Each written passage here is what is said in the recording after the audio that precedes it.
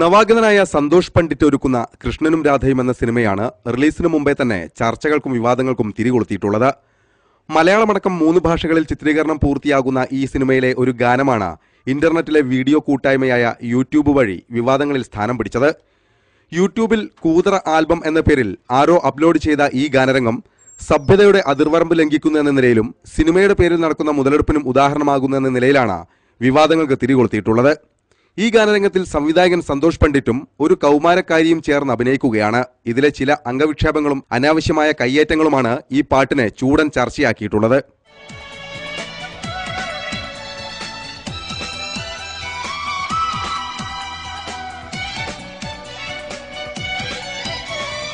കല്യാണ പെണ്ണേ കസ്തൂരി മൈനേ കണ്ണു തട്ടാതെ കണ്ണിമ വെക്കാതെ തരികിടമേളം നാദസ്വരം വേണം 7 സ്വരം വേണം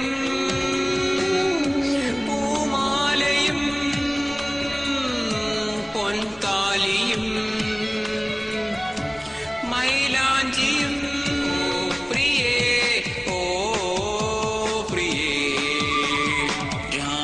ശുഭരാത്രി ഇനിയെന്നും ശിവരാത്രി ജന്മം പുനർജന്മം നീ എന്നും കാമാക്ഷി പ്രേമം പുതുപ്രേമം നീ എന്നും അനുരാഗി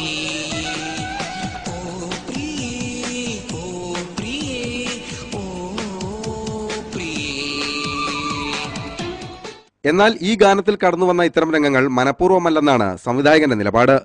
സഭ്യതയുടെ അതിർവരമ്പ് ലംഘിക്കുന്ന രീതിയിലുള്ള ഒരു പ്രയോഗവും ഈ ഗാനത്തിൽ ഉൾപ്പെടുത്തിയിട്ടില്ലെന്നും ഇൻഡസ്ട്രിയിലെ അസൂയക്കാരാണ് ഇത്തരം പ്രചരണങ്ങൾക്ക് പിന്നിലെന്നുമാണ് സന്തോഷ് പണ്ഡിറ്റിന്റെ നിലപാട്. മനഃപൂർവ്വമല്ല, അങ്ങനെ സംഭവിച്ചിട്ടുണ്ടെങ്കിൽ തീർച്ചയായിട്ടും അത് അവർ ആത്മാർത്ഥമായിട്ടാണ് ആളുകൾ വിമർശിക്കുന്നത്. വിമർശനം 2 തരം ഉണ്ടല്ലോ. ഒന്ന് എങ്ങനെയും നശിക്കട്ടെ, ഇവൻ ഇനി ഒരിക്കലും നന്നാവരുത്, കാരണം ഇങ്ങനെയൊക്കെയുള്ള പ്രതിഭയുള്ളവർ വന്നു കഴിഞ്ഞാൽ എന്നുള്ള രീതി വരാം. അതല്ല, ചിലർക്ക് അതിൽ ആത്മാർത്ഥയോടെയാണ് പറയുന്നതെങ്കിൽ ഞാൻ ഉറപ്പിച്ചു പറയുന്നു, നമ്മൾ ഇത് തിയേറ്റർ വേർഷൻ അല്ല, ഞാൻ ഇപ്പോഴും പറയുന്നു തിയേറ്റർ വേർഷൻ അല്ല. തിയേറ്ററിലേക്ക് എത്തുന്നതിന് മാത്രമല്ല, തിയേറ്റർ മുമ്പായിട്ട് അത് ഗ്രേഡിയന്റ് കുറെ കാര്യങ്ങൾ ചെയ്യാനുണ്ട്. ഒരു ദിവസം വർക്ക് 2 പാട്ടിലുണ്ട്, മനസ്സിലാക്കും. ഇത് ഫുൾ വേർഷൻ അല്ല. ഞാൻ പറഞ്ഞല്ലോ, ഞങ്ങളുടെ മോറൽ സൈഡ് കിട്ടാൻ വേണ്ടി മാത്രം ഞാൻ കൊടുത്തൊരു കാര്യമാണത്. അപ്പൊ അത് വെച്ചിട്ട് അത്രയും വിവാദം ഉണ്ടാക്കുന്നത്, എന്നിട്ട് തിയേറ്ററിലേക്ക് പോയിട്ടില്ല. അപ്പൊ തീർച്ചയായിട്ടും അത് ഈ പറയുന്ന വിമർശനങ്ങളെ എനിക്ക് ഒന്നും കൂടെ, ഞാൻ പറഞ്ഞല്ലോ, ഇപ്പൊ അതിലേക്ക് പോകാൻ സമയമില്ല. ഞാൻ ഷൂട്ടിംഗ് 8 സോങ് അടക്കം തീർക്കാനുണ്ട്. May 1 റിലീസാണ്. അപ്പോൾ അതൊന്നും കൂടെ ഞാൻ കണ്ട് കുറച്ചുകൂടെ നിങ്ങൾ പറഞ്ഞ പോലെ അങ്ങനെ ചെയ്തിട്ടുണ്ടെങ്കിൽ ബൈ ചാൻസ് സംഭവിച്ചതാണ്. കാരണം വെച്ചാൽ ഫിലിം ഡയറക്റ്റ് ചെയ്യുകയും അഭിനയിക്കുകയും ചെയ്തത് ഞാൻ തന്നെയാണ്. അപ്പോൾ അവിടെ വിഷ്വലിൽ എവിടെയെങ്കിലും ഇത് വന്നിട്ടുണ്ടോ എന്നുള്ള എനിക്ക് അത്ര നോക്കാൻ പറ്റിയില്ല. പിന്നെ ഞാൻ കുറച്ച് നീളമുള്ള കുട്ടിയാണ്, ആ കുട്ടിയാണെങ്കിൽ കുറച്ച് ചെറിയ കുട്ടിയാണ്. അപ്പോൾ ബാക്കിലൂടെയൊക്കെ വരുമ്പോൾ എനിക്ക് ഇവിടെ വിഷ്വലിൽ കാണുകയൂടെ ചെയ്യുമ്പോഴേ എനിക്ക് അതിൻ്റെ അത് മനസ്സിലാവുന്നുള്ളൂ. അപ്പോൾ ഇതെല്ലാം കഴിഞ്ഞ് എഡിറ്റിങ്ങിൽ വരുമ്പോൾ എന്താ വെച്ച് കഴിഞ്ഞാൽ, നമുക്ക് ഒരു സോങ് ഓപ്പറി എന്നുള്ള സോങ് എൻ്റെ ഓർമ്മയിൽ 5.5 മിനിറ്റ് സോങ്ങാണ്.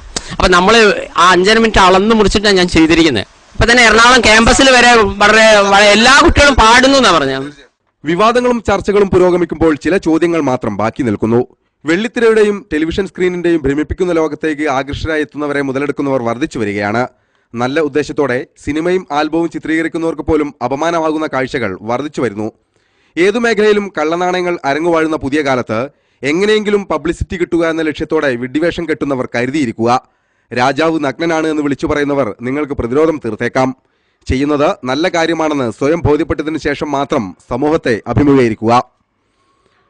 ക്യാമറമാൻ രാഹുലിനൊപ്പം രാജേഷ് പറമ്പിൽ, സ്പൈഡർനെറ്റ് ന്യൂസ്.